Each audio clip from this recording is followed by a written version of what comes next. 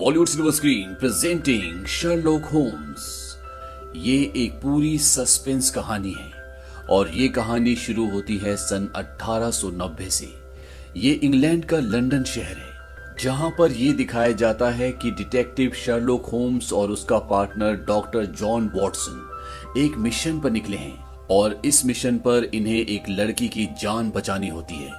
इस लड़की को वो आदमी जो अगवा करके लाया है उसका नाम है लॉर्ड हेनरी ब्लैकवुड और वो इस लड़की को मारने वाला होता है कि तभी वहां पर शर्लॉक होम्स पहुंच जाता है, उसका हाथ पकड़ लेता है और उस लड़की की जान बचा लेता है। लॉर्ड हेनरी ब्लैकवुड इस लड़की को जादू टोना और शक्तियां हासिल करने के लिए मार रहा होता है। इससे पहले भी वो 5 लड़कियों को मार चुका है, लेकिन अब वो शर्लॉक होम्स और पुलिस की गिरफ्त में है। उसे पुलिस पकड़ कर ले जाती है और जब वो जेल में होता है तो वो वहां पर एक पुलिस वाले के ऊपर जादू कर देता है जिससे वो तड़पना शुरू हो जाता है। और जब वहां पर दूसरा पुलिस वाला आता है वो उससे पूछता है कि ब्लैकवुड ये सब तुमने क्यों किया। वो बताता है क्योंकि मैं किसी से मिलना चाहता हूँ। दरअसल ब्लैकवुड शर्लॉक होम्स से मिलना चाहता है और इसके बाद शर्लॉक होम्स को इस जगह पर बुलाया जाता है और वो देखता है कि चारों तरफ लोगों के दिलों में ब्लैकवुड का खौफ है क्योंकि वो एक जादूगर है, उसे काला जादू आता है, उसके अंदर शक्तियां हैं। लेकिन शर्लॉक होम्स इन सब चीजों को नहीं मानता क्योंकि वो एक साइंटिस्ट है, वो एक डिटेक्टिव है। और जब वो ब्लैकवुड से मिलता है तो वो कहता है कि काश मैंने तुम्हें पहले पकड़ा होता तो कम से कम 5 मासूम जिंदगियां तो बच जाती। ब्लैकवुड कहता है कि वो 5 बेकार की जिंदगियां थी जो एक महान मकसद के लिए काम आई, वो सब बलियां थी। लेकिन शर्लॉक होम्स उसकी बातों पर जरा सा भी ध्यान नहीं देता क्योंकि वो एक साइंटिस्ट है, वो ऐसी बातों पर विश्वास नहीं करता। वो कहता है कि जब तुम्हें लटकाया जाएगा तुम्हारी जान चली जाएगी और तुम्हारे दिमाग को जब मैं खोल कर देखूंगा तो तुम भी एक महान मकसद के लिए काम आओगे। ब्लैकवुड कहता है कि तुम अपनी सोच को बढ़ाओ, तुम आने वाले समय की गंभीरता को समझ नहीं पा रहे। तुम और मैं एक दूसरे से जुड़े हुए हैं जो आने वाले समय में कुदरत का पूरा ढांचा ही बदल देगी। शर्लॉक होम्स वहां से जाने लगता है और ब्लैकवुड उसे पीछे से बोलता है कि 3 और मरेंगे और तुम उन्हें बचाने के लिए कुछ भी नहीं कर सकते। और जब तक तुम्हें ये पता चलेगा कि ये सब तुमने मुमकिन किया है तुम अपने दिमाग से पागल हो चुके होंगे और तुम्हारे दिमाग में जो आखिरी थॉट होगा वो मैं होऊंगा। और इसके बाद वो दिन आता है जब ब्लैकवुड को फांसी होनी है। ब्लैकवुड से पूछा जाता है तुम कुछ कहना चाहते हो। ब्लैकवुड कहता है मौत तो सिर्फ शुरुआत है। और इसके बाद ब्लैकवुड को फांसी पर लटका दिया जाता है। शर्लॉक होम्स का दोस्त जो कि डॉक्टर है जिसका नाम जॉन वॉटसन है वो इस बात की पुष्टि करता है कि अब ब्लैकवुड नहीं रहा, वो मर चुका है और इसी के साथ ये केस खत्म हो जाता है। अब शर्लॉक होम्स के पास एक लेडी आती है जिसका नाम एडलर है। शर्लॉक होम्स इसे जानता है और किसी जमाने में वो इसे पसंद भी करता था और ये इतनी शार्प होती है कि ये शर्लॉक होम्स को 2 बार मात दे चुकी होती है। वो शर्लॉक होम्स को एक केस देती है। वो कहती है कि ल्यूक रियोर्डन नाम का एक आदमी है, तुम्हें मेरे लिए उसे ढूंढना होगा। और उस आदमी की डिटेल्स देने के बाद वो वहां से चली जाती है, लेकिन होम्स उसका पीछा करता है और वो देखता है कि वो एक तांगा गाड़ी में बैठ जाती है जहां पर अंदर पहले से एक आदमी है। और शर्लॉक होम्स जिसने पूरी तरह से अपना रूप बदला होता है वो उनकी तांगा गाड़ी से टकराता है और उन्हें कहता है कि मेरे पास एक रिवॉल्वर है, क्या आप खरीदना चाहोगी। लेकिन अंदर जो आदमी होता है वो उसे रिवॉल्वर दिखाता है और शर्लॉक होम्स वहां से निकल जाता है। होम्स अपने पार्टनर को बताता है कि एडलर जरूर किसी के लिए काम कर रही है और वो पूरी तरह से उसके कंट्रोल में है, जो कि एक बहुत बड़ी बात है। शर्लॉक होम्स ये बात इसलिए बोलता है क्योंकि एडलर को कंट्रोल करना इतना आसान नहीं है। अब ये दोनों जब यहाँ पर बैठे होते हैं तभी पुलिस का एक आदमी आता है और वो कहता है कि ब्लैकवुड शायद कब्र से उठ चुका है, आज उसे वहां के चौकीदार ने वहां पर चलते हुए देखा। शर्लॉक होम्स बोलता है कि ये बहुत ही दिलचस्प है। वॉटसन कहता है कि ऐसा नहीं हो सकता क्योंकि मैंने खुद उसे चेक किया था, वो मर चुका था। लेकिन पुलिस वाला उन्हें अपने साथ चलने के लिए कहता है। वो कहता है कि अगर ये बात लोगों तक पहुंच गई तो उनके दिलों में दहशत हो जाएगी। और इसके बाद शर्लॉक होम्स और वॉटसन उस जगह पर जाते हैं और उस कब्र को बाहर निकाला जाता है जिसमें ब्लैकवुड की बॉडी थी। और जब उसे खोला जाता है तो उसके अंदर ब्लैकवुड की बॉडी नहीं होती बल्कि उसके अंदर एक दूसरी डेड बॉडी होती है। और यहाँ पर जितने भी लोग होते हैं वो सब के सब अब दहशत में हैं, उनके दिलों में डर है। उन्हें यकीन हो चुका है कि ब्लैकवुड एक बहुत बड़ा जादूगर है, उसके पास असीम शक्तियां हैं। और जिस आदमी ने वहां पर ब्लैकवुड को देखा होता है वो कहता है मैंने उसे खुद चलते हुए देखा था और जब मुर्दे जिंदा हो जाते हैं तो जिंदा लोग ताबूतों को भरते हैं।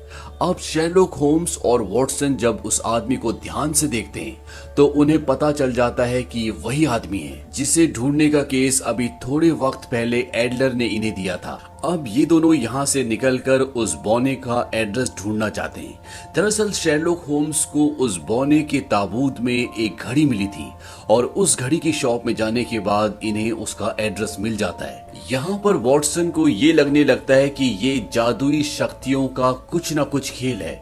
वो होम्स को बोलता है कि भारत में एक आदमी था जिसने अपने मरने की भविष्यवाणी की थी और यहाँ तक कि उसने ये भी बता दिया था कि उसको कितनी गोलियां लगेंगी। होम्स कहता है कि हाँ, लेकिन मैं बिना किसी इन्वेस्टिगेशन के, बिना डेटा हासिल किए किसी भी नतीजे पर नहीं पहुंच सकता। और अब ये दोनों उस आदमी के घर के अंदर पहुंच जाते हैं जिसकी डेड बॉडी उस ताबूत में थी, जिस ताबूत में ब्लैकवुड की बॉडी थी। इस घर में पहुंचने के बाद इन्हें ये पता चलता है कि ये आदमी ब्लैकवुड के साथ मिलकर कोई एक्सपेरिमेंट, कोई बहुत बड़ा प्रोजेक्ट कर रहा था जिसमें साइंस और जादू का मिश्रण था। यहाँ पर शेरलॉक होम्स को एक मरा हुआ मेंढक भी दिखता है जो तांबे के बर्तन के अंदर होता है और इसके साथ साथ इन्हें कई सारे सबूत दिखते हैं।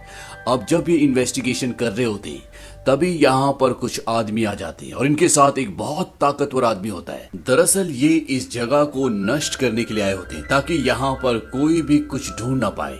लेकिन अब शेरलॉक होम्स और उसका साथी वॉटसन जो उन्हें चाहिए था वो जानकारी यहाँ से कलेक्ट कर चुके हैं। ये आदमी इन पर हमला करते हैं और इनकी मुठभेड़ में यहाँ पर आसपास बहुत नुकसान भी होता है। एक पूरी की पूरी नाव पानी में डूब जाती है और जिसकी एवज में इन दोनों को जेल में बंद कर दिया जाता है।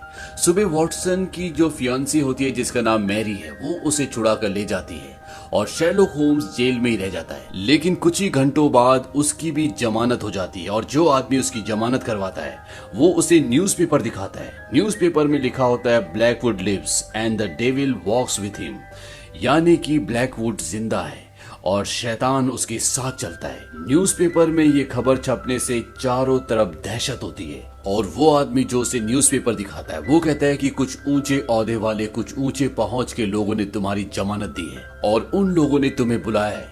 ये शेरलॉक होम्स के मुंह को पूरी तरह से कपड़े से ढक देते हैं और उस जगह ले जाते हैं जहां पर वो लोग हैं। अब जब शेरलॉक होम्स के मुंह के ऊपर से कपड़ा हटाया जाता है तो उसके सामने एक आदमी बैठा होता है। वो कहता है कि तुम्हें ये सब बहुत ही रहस्य में लग रहा होगा, तुम्हें लग रहा होगा कि तुम कहां पर हो और किसके सामने बैठे हो। लेकिन शेरलॉक होम्स बहुत ही शार्प है। हालांकि उसका मुंह पूरी तरह से कपड़े से ढका हुआ था, लेकिन वो उस आदमी को पूरे रास्ते का ब्यौरा देता है।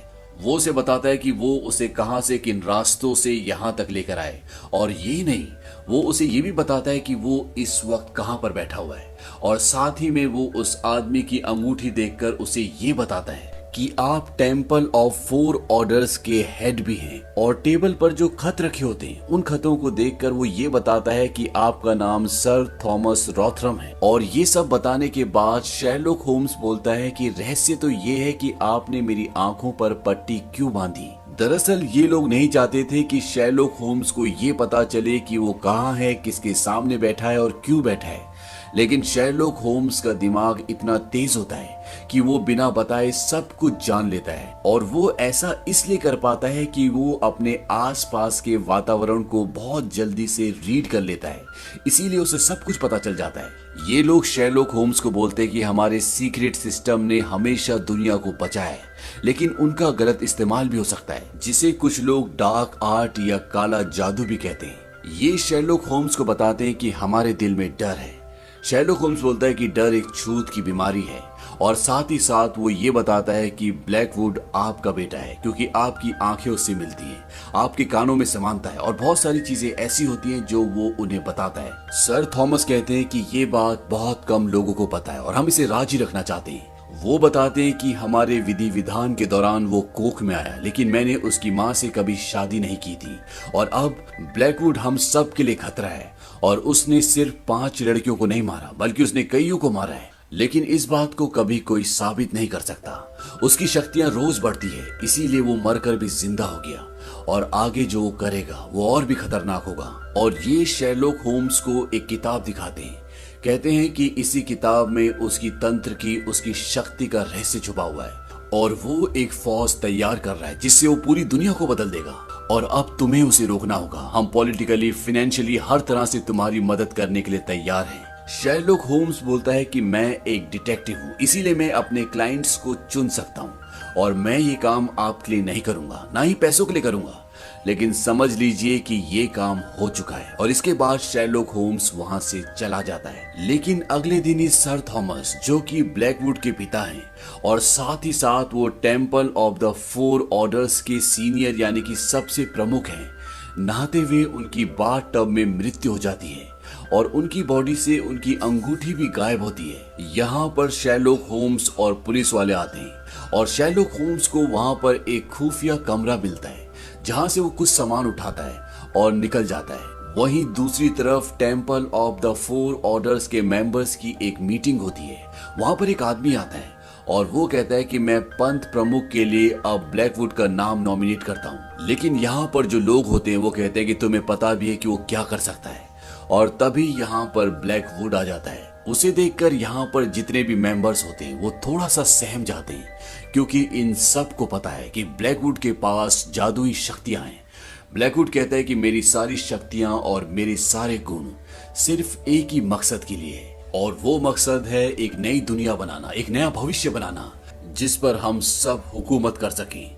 वो ये भी कहता है कि अभी अमेरिका में सिविल वॉर चल रहा है, वहां पर हम दोबारा से अपनी बस्तियां बसा सकते हैं, यानी कि उसे अपने कब्जे में ले सकते हैं। लेकिन यहाँ पर एक आदमी होता है जिसका नाम स्टैंडिश होता है।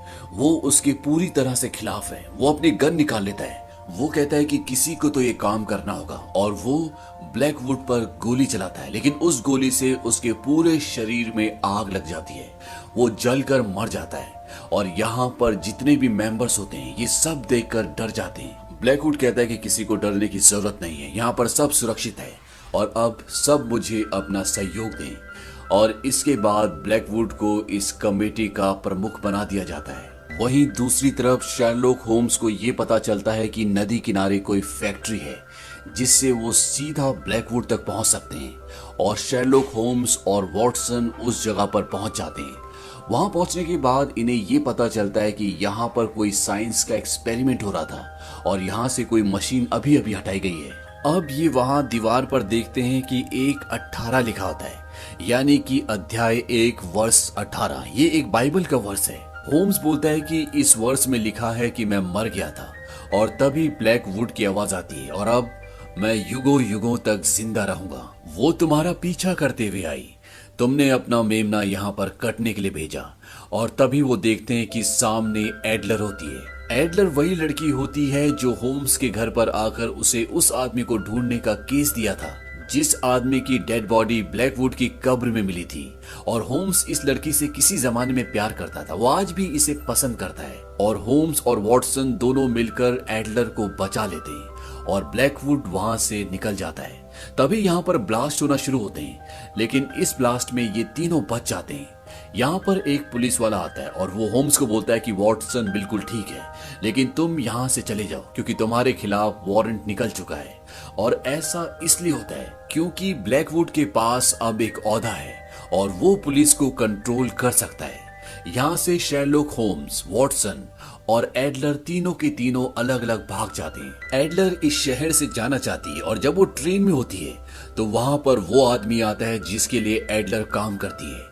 एडलर कहती है कि मैंने अपना काम कर दिया, जिस आदमी को आप ढूंढ रहे थे वो मुर्दा घर में है।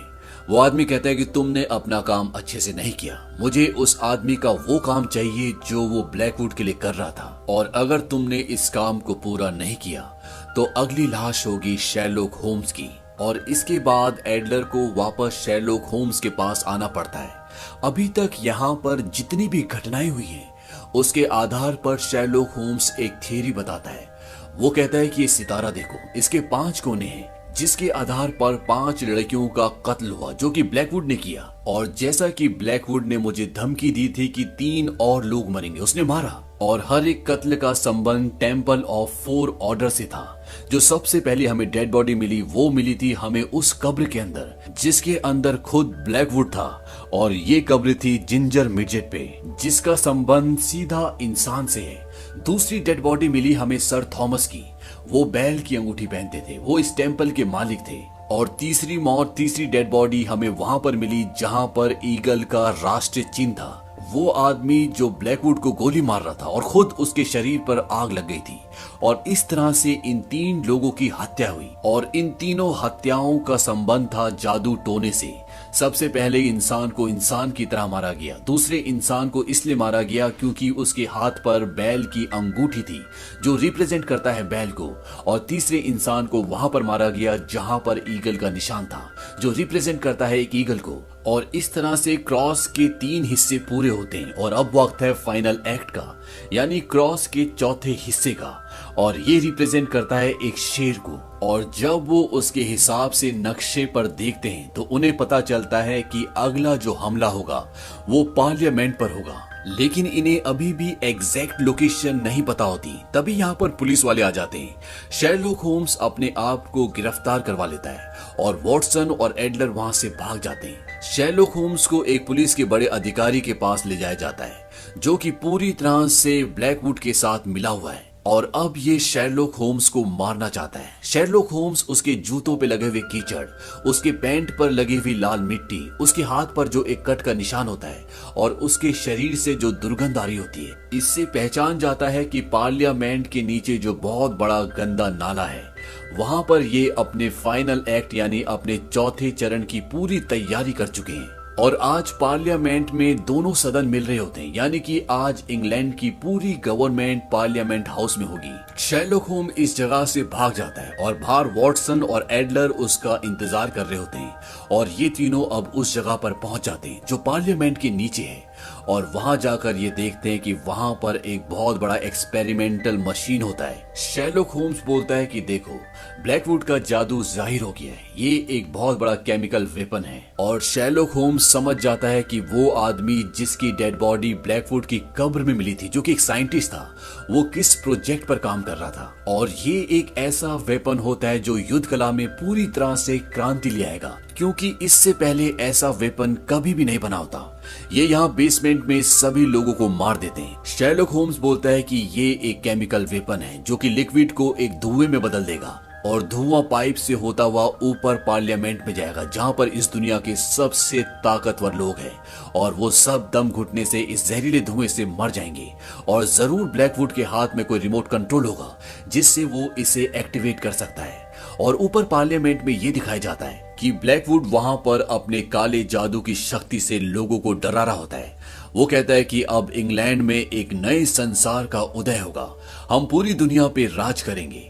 लेकिन पार्लियामेंट के मेंबर्स उसके साथ नहीं होते, उसके खिलाफ होते हैं। और ब्लैकवुड के हाथ में पीछे वो रिमोट कंट्रोल होता है जिससे वो उस मशीन को एक्टिवेट कर देता है जो नीचे बेसमेंट में है। लेकिन इससे पहले जो जहरीला लिक्विड है जो एक्सपेरिमेंट करके बनाया गया है, वो धुआं बन के ऊपर पार्लियामेंट तक पहुंच पाता।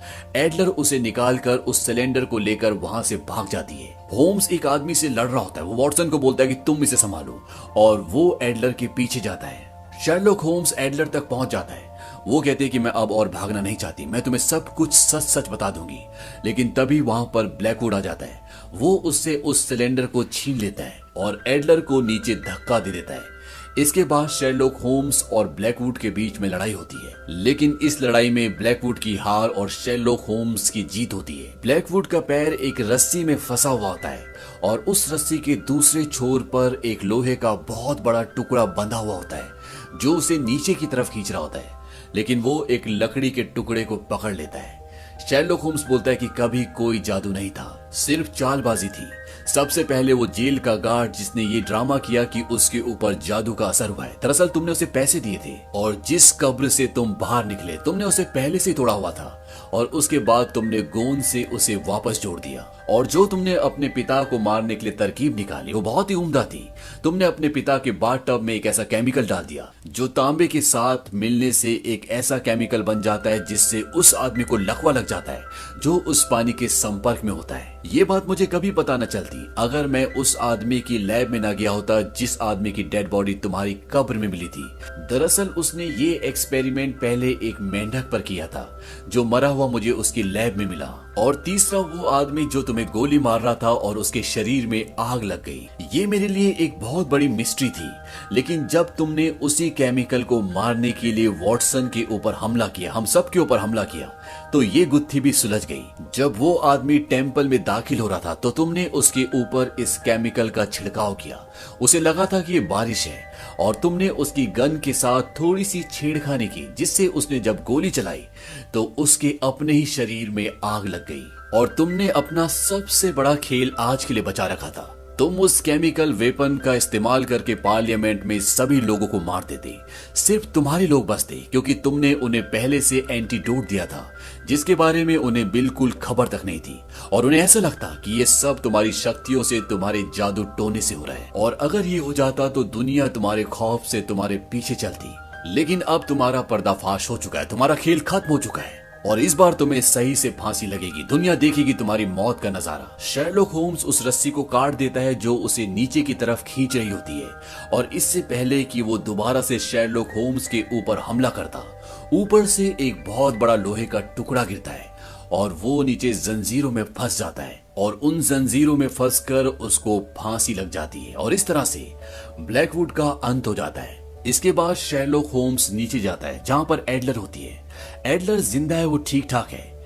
एडलर उसे बताते हैं कि मोरियार्टी वो एक प्रोफेसर है। हर एक इंसान की कुछ ना कुछ कमजोरी होती है और वो मेरी कमजोरी जानता है, इसीलिए मुझे उसके लिए काम करना पड़ा। और तुम कभी भी उसे नजरअंदाज या अंडर एस्टिमेट मत करना, वो तुम्हारी तरह ब्रिलियंट है। शेरलॉक होम्स उससे उसकी कमजोरी पूछने की कोशिश करता है, लेकिन वो इस बात का जवाब नहीं देती और शेरलॉक होम्स वहां से चला जाता है। और जब वॉटसन अपनी मंगेतर के साथ उस जगह पर आता है जहां पर शेरलॉक होम्स है, तो ये दोनों देखते हैं कि उसने फांसी लगाई हुई है। वॉटसन कहता है कि यह आदमी कभी भी फांसी नहीं लगा सकता क्योंकि ये अपनी जिंदगी से बहुत प्यार करता है। दरअसल शेरलॉक होम्स उस तरीके को ढूंढने की कोशिश कर रहा होता है जिस तरीके से ब्लैकवुड को फांसी लगने के बाद भी वो जिंदा बच गया।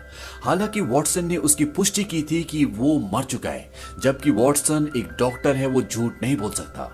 और शेरलॉक होम्स वॉटसन को बताता है कि जिसने उसे फांसी दी थी उसने उसके फांसी के फंदे पर एक हुक जोड़ दिया था और जिसकी वजह से उसकी बॉडी का वजन उसके गले पर ना आकर उसकी कमर पर आ गया। और तुम्हें ऐसा इसलिए लगा कि ब्लैकवुड मर चुका है क्योंकि उसने एक पॉइजन लिया था जिससे शरीर को लगभग लकवा लग जाता है और ऐसा लगता है कि वो इंसान जिसने ये जहर लिया है वो मर चुका है, लेकिन वो जिंदा होता है। तभी वहां पर एक पुलिस वाला आता है और वो कहता है कि उस जगह पर जहां पर मशीन थी वहां पर हमारा एक आदमी मारा गया। और जब वो उस आदमी का ब्यौरा देता है तो शेरलॉक होम्स समझ जाता है कि ये काम उस आदमी का है जिसने एडलर को अपने वश में करके उस मशीन का हिस्सा चुराया था। और वो ये भी समझ जाता है कि एडलर सिर्फ एक मोहरा थी। जिस हिस्से को लेकर एडलर भाग रही थी वो उस आदमी की जरूरत नहीं था। उस आदमी को पता था कि मैं एडलर का पीछा करूंगा और जब मैंने ऐसा किया वो आदमी उस जगह पर आया और उस मशीन के उस हिस्से को लेकर चला गया जो उसकी जरूरत थी। और ये हिस्सा था इन्फेंट साइंस ऑफ रेडियो, यानी किसी भी यंत्र को बिना वायर के कंट्रोल करना। ये उस जमाने की बात है जब रिमोट कंट्रोल और ये सब नहीं बने थे। और अब वो टेक्नोलॉजी जो कि बहुत ही बहुमूल्य है वो प्रोफेसर मोरियार्टी के पास है, जिसे शेरलॉक होम्स नहीं जानता। शेरलॉक होम्स कहता है कि केस रीओपन, और इसी के साथ ये कहानी यहीं पर खत्म हो जाती है। ये फिल्म सन 2009 में रिलीज हुई थी। इस फिल्म का बजट था $90 मिलियन और बॉक्स ऑफिस पर इसने कमाई की थी $224 मिलियन की। IMDb पर इस फिल्म की रेटिंग है 7.6। उम्मीद करते हैं कि ये कहानी आपको पसंद आई होगी।